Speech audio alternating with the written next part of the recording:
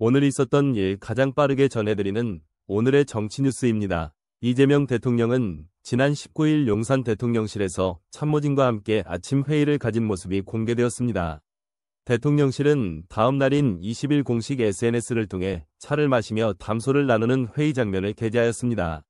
이 자리에서 대통령실은 공공기관 통폐합을 위한 태스크포스 구성을 본격적으로 추진한다고 밝혔습니다. 발전 공기업과 금융 공기업 등을 대상으로 한 대대적인 구조 조정이 예고된 것입니다.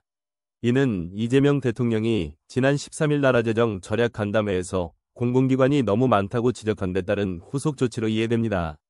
김용범 대통령실 정책실장은 이날 용산에서 진행된 기자 간담회를 통해 이재명 대통령이 공공기관 통폐합을 제대로 수행해야 한다고 다시 한번 강력히 지시했다고 전했습니다. 김 실장은 공공기관 중 가장 큰 부분을 차지하는 것이 발전 공기업이라고 설명하였습니다. 그는 기존의 화석연료와 수력 원자력 등 대규모 발전 방식과는 달리 신재생에너지는 수십만 개의 소규모 발전원으로 확대될 수 있어 전체 체계를 근본적으로 바꿀 필요가 있다고 역설하였습니다. 따라서 발전 공기업의 기본 구조를 변경해야 한다는 입장을 분명히 하였습니다. 또한 김 실장은 한국토지주택공사의 개혁과 SRT와 KTX의 통합금융공기업 간 통폐합 등 다양한 과제를 언급하였습니다. 그는 공공기관의 운영 효율성 제고와 거버넌스 및 평가체계 개선 운영위원회 체계 변경 등 해결해야 할 문제가 많다고 덧붙였습니다.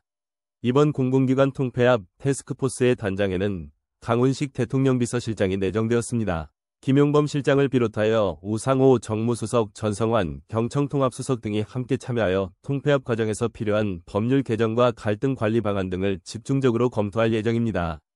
한편 김 실장은 석유화학 산업의 구조조정 문제와 관련하여도 입장을 표명하였습니다.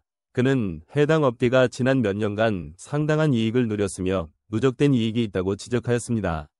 따라서 이익은 개인이 챙기고 손실만 사회나 채권은행에 전가하는 행위는 절대 용납될 수 없다고 강조하였습니다. 이재명 대통령 역시 매우 단호하게 자구 노력을 통해 스스로의 범위 내에서 최대한 해결해야 한다고 말했다고 전했습니다. 다만 김 실장은 전체 설비의 3분의 1을 가동 중단해야 할 정도는 아니라고 설명하였습니다. 컨설팅 결과에 따르면 25에서 30% 수준의 조정이 필요한 것으로 나타나 자율적인 조정이 충분히 가능할 것으로 내다보았습니다. 아울러 노란봉투법으로 불리는 노동조합법 개정안에 대한 경제계의 우려에도 논평을 덧붙였습니다. 김 실장은 기업들이 모두 해외로 떠날 것이라는 전망은 사실과 다르며 과장되었다고 평가하였습니다. 그는 이번 개정안이 윤석열 정부 때의 버전과는 달라 파업을 무조건적으로 허용하지 않는다고 설명하였습니다. 정리해고나 주요 인수합병과 같은 중대한 사안에만 파업권이 허용되며 관련 판례도 매우 엄격하게 적용되고 있어 현실적인 위험은 크지 않을 것이라고 주장하였습니다.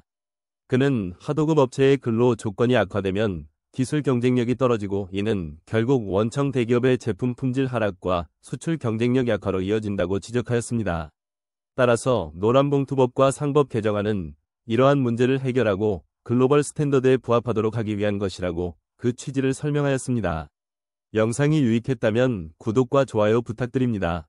구독자 여러분 항상 감사합니다.